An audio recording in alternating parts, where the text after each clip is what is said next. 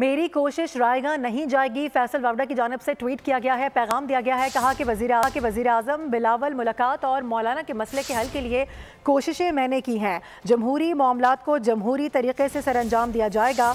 ये भी कहा कि उम्मीद है सियासी जमातें जिम्मेदारी का मुजाहिरा करेंगी। ये ट्वीट इस वक्त देखा जा सकता है फैसल वावड़ा की जानिब से, काफ़ी ज़्यादा मुतहरिक नज़र आ रहे हैं इन दिनों, और मुलाकातें भी की थी और साथ ही उनकी जानिब से बता दिया गया है कि मेरी कोशिशें रायगा नहीं जाएंगी, क्योंकि उनकी जानिब से मुलाकात की गई थी बिलावल भुट्टो जरदारी से।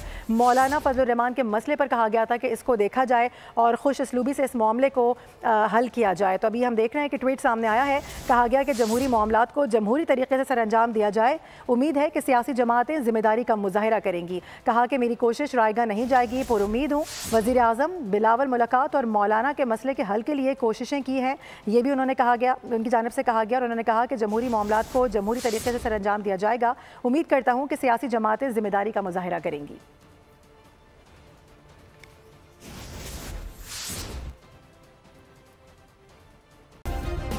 सब्सक्राइब करें और बेल दबाएं ताकि कोई खबर रह न जाए।